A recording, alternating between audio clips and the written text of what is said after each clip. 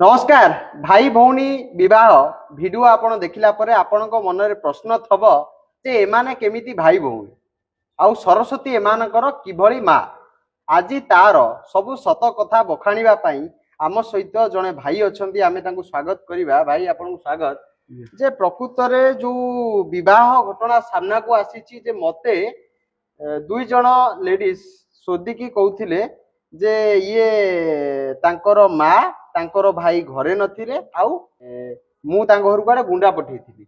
आज तार सामना को आसी जे सीए भाई भौणी दी जण विवाह करचंदी। प्रकृत रे जे विवाह करचंदी जो झियोटी बा स्त्री लोकटी से आज्ञा किए? तांको झियो नुहे से आज्ञा आपनकर कोन हेबे? मो मिसेस हेबे।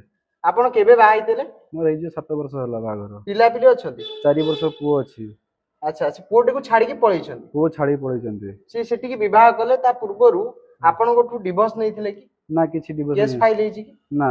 किछि केस फाइल हे नाही। से कितो आपण कोठु छाड़ी की ताको घर को जाई कि ताको पुओ सहित विवाह करछन। आज्ञा से गोटे समय रे मते कहउथिले वीडियो माध्यम रे जे सरस्वती होउचंती तांकर निज मा, सरस्वतींकर जेतिको पुओ अछंती सेमान तांकर भाई, सेमाने तांको घरे नथिला बेले मु गुडा तांको गुंडा पठेइथिले आ ये झियो कटक जाइथिले।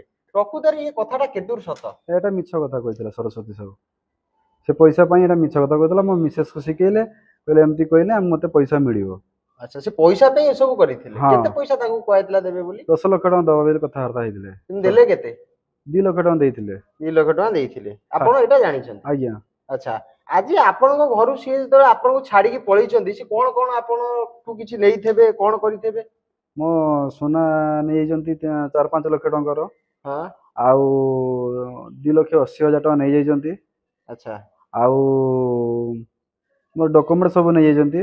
मो पुअर सर्टिफिकेट नै अछि।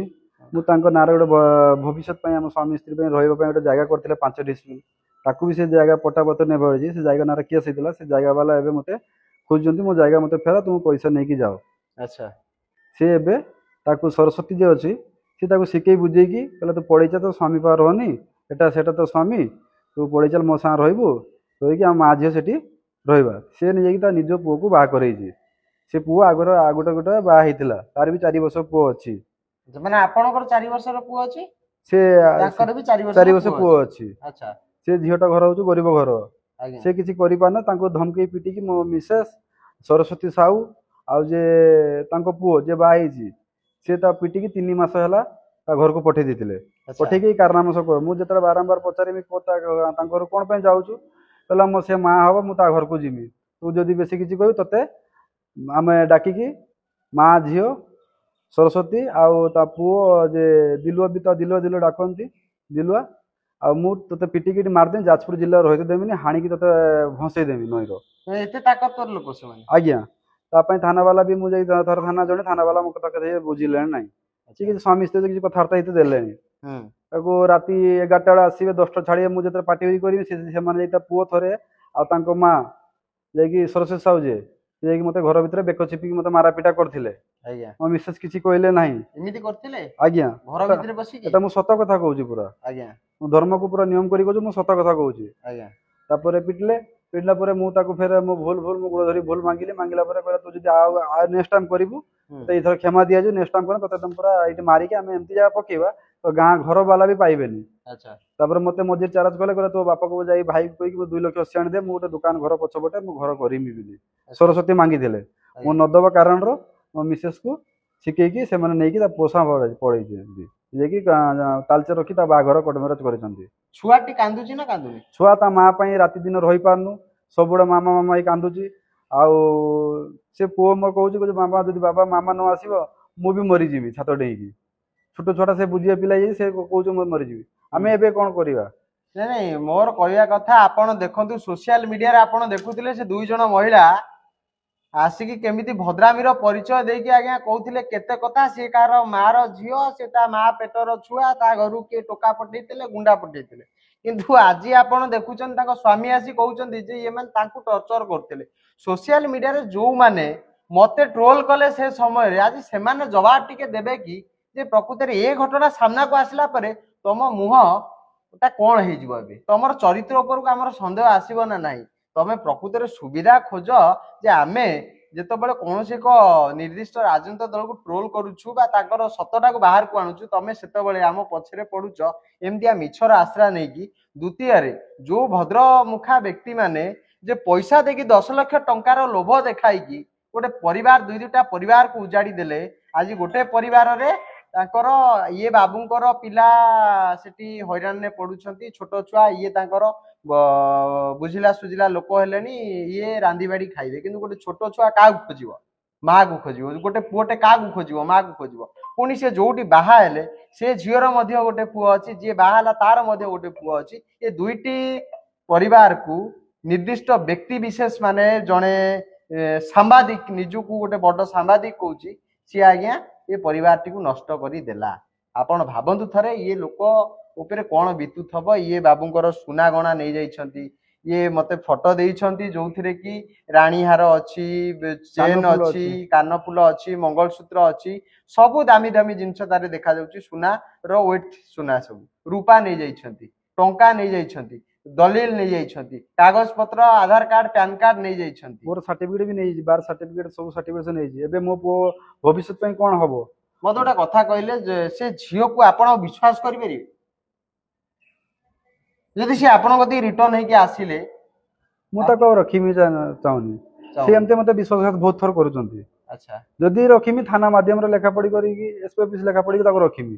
ଆଚ୍ଛା। ଏମିତି କି ମତେ 2 ଥର 3 ଥର ହଇରାଣ କରିବେ।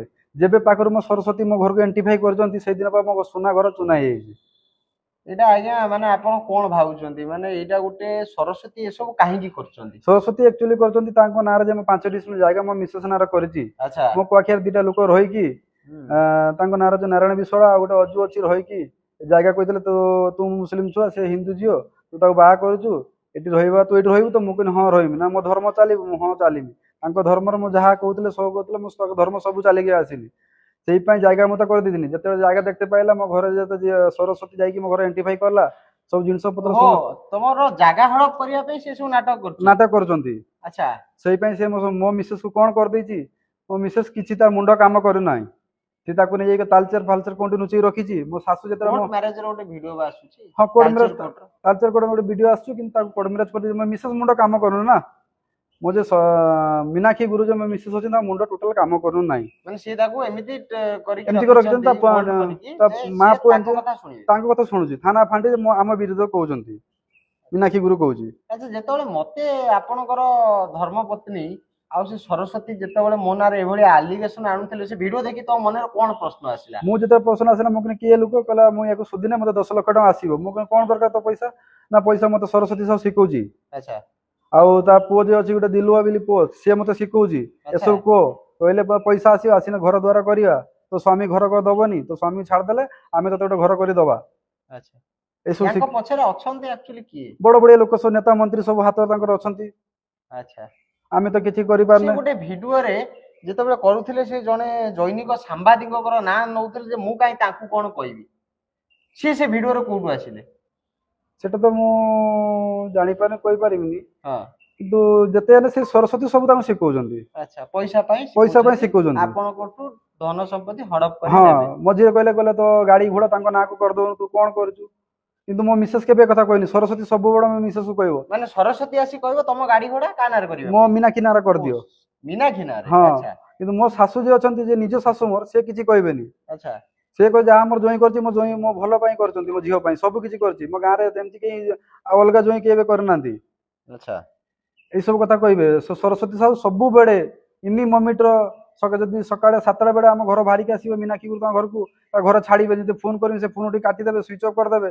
ତୁ ଏତେ କାହିଁ ଛାନି ହଉଛୁ, ତାକୁ ଘଇତା କରିଦଉଛୁ, ଏ କରିଦଉଛ, ବିଭିନ୍ନ ପ୍ରକାର ଅଶ୍ଳୀଳ ଭାଷାରେ ମତେ କହିବେ। ତାହେଲେ ଆଜି ତ ଆପଣ ଦେଖିଲେ ତାଙ୍କ ପୁଅ ସହିତ ବିବାହ କରିଦେଲେ, ଯାହାକୁ କହୁଥିଲେ ସେ ତାଙ୍କ ଭଉଣୀ, ତାକୁ ଆଜ୍ଞା ବିବାହ କରିଦେଲେ। ମୁଁ ତ ଆଜ୍ଞା ଷ୍ଟୋରି କରିଛି, ମୁଁ ଏତେ କଥା ଜାଣିନଥିଲି। ମୁଁ ଷ୍ଟୋରି କରିଛି ଯେ ଏଇ ମା ପେଟର ଦୁଇ ଭାଇ ଭଉଣୀ ବିବାହ ସମାଜରେ ଆମ ତ ଧର୍ମ ବି ଏମିତି ନାହିଁ। ଆପଣ ହିନ୍ଦୁ ଧର୍ମରେ କେମିତି କଣ ଅଛି ଆମେ କହିପାରିବାନି। ମା ପୁଅକୁ ବାହା କରାହଉଛି, ପୁଅକୁ ତା ଝିଅକୁ ନେଇ ବାହା କରାହଉଛି। ସିଏ ତ ଯେତେବେଳେ କହିଲେ ସୋସିଆଲ ମିଡିଆରେ ଆସିକି ଯେ ମୋ ମା ଝିଅ ମା ଘରେ ଥିଲା, ମୁଁ କଟକ ଯାଇଥିଲି, ମୋ ଭାଇ ନଥିଲା, ତୁ ଘରୁ ଟୋକା ପଠେଇଥିଲୁ, ମାନେ ସେ ମା ପେଟର ଭାଇ ଭଉଣୀ। ହଁ। ତ ଆଜି ସେ ଯୋଉ ବାହା ହେଲେ, ତାପରେ ଆମେ ଜାଣିए ତମଠୁ ଏବେ ଜାଣିए ପାଉଛୁ ଯେ ସିଏ ତମର ସ୍ତ୍ରୀ, ଆଜ୍ଞା ତମେ ତାକୁ ଅଗ୍ନିକୁ ସାକ୍ଷୀ ରଖି ବାହା ହେଇଛ, ଆଜ୍ଞା ତାହେଲେ ସେଇଟା ଆଜ୍ଞା କେମିତି କଣ ସମ୍ଭବପର କଥା? ଆପଣ ଏମିତି ଏତେ ବଡ ସେ fraud ଆଗାମୀ ଦିନ ଶିକାର ମତେ ହେଲେ? ନିଆଁ ନ ଲାଗିବ, ମତେ ନିଆଁ ନ ମିଳିବ, ଆତ୍ମହତ୍ୟା କରିମି, ମୁଁ ପେଟ୍ରୋଲ ଢାଳି ଆତ୍ମହତ୍ୟା କରିମି। ଛୋଟ ଛୁଆଟା ଅଛି, ଏମିତି ଆପଣ ସାହସ କରିବେନି। ଛୋଟ ନିଶ୍ଚିନ୍ତ ଭାବରେ ନ୍ୟାୟ ମିଳିବ। ଯାଜପୁର ପ୍ରଶାସନକୁ ଅନୁରୋଧ କରିବି, ଗୋଟେ ଝିଅ, ନିରୀହ ଝିଅଟି ଆଜ୍ଞା କିରୋସିନ ପେଟ୍ରୋଲ ଢାଳିକି ନିଆଁ ଲଗେଇ ଦେଲା। ବାଲେଶ୍ୱର ପ୍ରଶାସନ ତାକୁ ନ୍ୟାୟ ଦେଇ ପାରିଲା ନାହିଁ, ଓଡିଶା ସରକାର ତାକୁ ନ୍ୟାୟ ଦେଇ ପାରିଲେ ନାହିଁ। ନର୍କ ଯନ୍ତ୍ରଣାରେ ସିଏ ମଲା 3 ଦିନ ଭୋଗି ଭୋଗି। ଆଜି ଆଉ ଜଣେ ଗୋଟେ ଝିଅ, ସିଏ ଆଜ୍ଞା ଆଙ୍କୁ ଛାଡିକି ଯାଇଛି, ତାଙ୍କୁ ଡିଭୋର୍ସ ଦେଇନି, ଆଙ୍କର ଛୋଟ ଛୁଆଟି ଅଛି, ତାଙ୍କର ଧନ ସମ୍ପତ୍ତି ସବୁ ନେଇଯାଇଛନ୍ତି, ଟଙ୍କା ପଇସା ସୁନା ଗହଣା ଜମି ସବୁ ନେଇଯାଇଛନ୍ତି। ସେତେବେଳେ ଇଏ ନିରୁପାୟ। ଆମେ ଯାଜପୁର ପ୍ରଶାସନକୁ ଅନୁରୋଧ କରିବୁ, ଇଏ ବାବୁ କିଛି ଗଲତ କଦମ ଉଠେଇବା ପୂର୍ବରୁ ଆପଣ ୟାଙ୍କୁ ନ୍ୟାୟ ଦିଅନ୍ତୁ। ମୁଁ କିନ୍ତୁ ଭାଇଙ୍କୁ ଗୋଟିଏ କଥା କହିବି, ମତେ ପ୍ରତିଶ୍ରୁତି ଦେଇକି ଯାଅ ଯେ ତମେ ଏମିତିଆ କାମ କରିବନି। ନା କରିବି, ମତେ ନ୍ୟାୟ ଯଦି ମିଳିବ ମୁଁ କରିବି ନାହିଁ। ନାଇଁ ନ୍ୟାୟ ମିଳେ, ନ୍ୟାୟ ଆମେ ଲଢେଇ କରିବା, ଅସୁବିଧା କଣ ଅଛି? ଆଜ୍ଞା ନିଶ୍ଚିନ୍ତ ଭାବେ ଲଢେଇ କରିବା, ତମ ନ୍ୟାୟ ପାଇଁ ଲଢେଇ କରିବା। କୌଣସି ପ୍ରକାରର ଅପ୍ରତିକର ପରିସ୍ଥିତି ଆପଣ ଉପୁଜେଇବେ ନାହିଁ ବୋଲି ମତେ କଥା ଦିଅନ୍ତୁ। ଯୋଉ ଆତ୍ମହତ୍ୟା କଥା କହିଲେ ଏଟା କରିବେ। ଆଜ୍ଞା କରିବି ନାହିଁ। ଠିକ ଅଛି। ଆପଣ ଦେଖିଲେ ଇଏ ଯୋଉ ମା ଝିଅ ଯେତେବେଳେ ମତେ ଆସି କହୁଥିଲେ, ଆପଣ ମାନେ ସୋସିଆଲ ମିଡିଆରେ ବିଶ୍ୱାସ କରିଗଲେ। ମୋ ଉପରେ ନାହିଁ ନଥିବା କଥା ଲେଖିଲେ, ମୋ ନାଁରେ କମେଣ୍ଟ ଲେଖିଲେ, ମତେ ଫୋନ କରିକି କହିଲେ ତୋ ନାଁରେ ଏମିତି ଶୋଧୁଛନ୍ତି, ତୁ କାହିଁ ଏମିତି ହଉଛୁ, ଭଲ ମନ୍ଦ କରୁଛୁ। ଆଜି ଆପଣ ସତଟା ଶୁଣୁଛନ୍ତି। 10 ଲକ୍ଷ ଟଙ୍କା ପାଇଁ ଗୋଟେ ଛୋଟ ଛୁଆର ଇଜ୍ଜତ ମତ ସହିତ ସେମାନେ ଖେଳିଲେ। ମତେ ଯେତେବେଳେ ମୁଁ ସାମାନ୍ୟ ଗୋଟେ ଛୋଟ ଗାଳି ଦେଇଥିଲି, ଯୋଉଥିରେ ମତେ ଥାନାରୁ ବେଲ ମିଳି ପାରିଥାନ୍ତା, ଜଣେ ପାୱାରଫୁଲ ବିଧାୟକ କାଗଜ ବାଘ ଲିକୁ ସାହୁଙ୍କର ଚାପରେ ପଡିକି ଯେତେବେଳେ ଯାଜପୁର ପୋଲିସ ମତେ ଗିରଫ କଲା, ସେ ସମୟରେ ମତେ ଲାଗିଥିଲା କିଛି ନାହିଁ, ଯଦି ମୁଁ କାହାକୁ କିଛି କହିଛି ଆଇନ ତା ବାଟରେ ଯିବ, ଆଇନ ମତେ ଦଣ୍ଡ ଦେଲା। ଆଜି ଆପଣ ବି ଭାବନ୍ତୁ, ସେ ମତେ ଯୋଉ ଭାଷା କହିଛନ୍ତି, 10 ଲକ୍ଷ ଟଙ୍କା ପାଇବା ଆଶାରେ 2 ଲକ୍ଷ ଟଙ୍କା ପାଇଛନ୍ତି, ଟଙ୍କା ପାଇନାହାନ୍ତି ଭୁଲ, କିନ୍ତୁ ମତେ ତାଙ୍କ ପାଟିରେ ଯାହା ଅନର୍ଗଳ ଭାଷା ଅଛି ଗାଇ ଦେଇଛନ୍ତି। ମା ଝିଅ ବା ଇଏ ବାବୁଙ୍କର ଧର୍ମପତ୍ନୀ, ଯିଏ ଆଙ୍କ ସହିତ ଏବେ ନାହାନ୍ତି, ପ୍ରତାରଣା କରିଛନ୍ତି, ଆଙ୍କ ସହିତ ଆଙ୍କ ଘରୁ ଚୋରି କରିଛନ୍ତି। ଆଜି ପ୍ରଶାସନ ନିଜ ଆଡୁ କେସ୍ କରିକି ମତେ ନ୍ୟାୟ ଦବ କି? ଓଡିଶା ପ୍ରଶାସନ ମତେ ନ୍ୟାୟ ଦବ କି ତା ନିଜ ଆଡୁ? କାରଣ ମୋର ଇଜ୍ଜତ ପ୍ରତି ଆଞ୍ଚ ଆଣିଛନ୍ତି 2 ମହିଳା, ଯାହାକି ମୁଁ ସେତେବେଳେ ମଧ୍ୟ ସୋସିଆଲ ମିଡିଆରେ ଲେଖିଥିଲି। ଯଦି ମାନ୍ୟବର ମୁଖ୍ୟମନ୍ତ୍ରୀ ମୋହନ ଚରଣ ମାଝୀ ଚାହାନ୍ତି, ମୁଁ ସହଯୋଗ କରିବି, ଗିରଫ ହବା ପାଇଁ ରେଡି ଅଛି।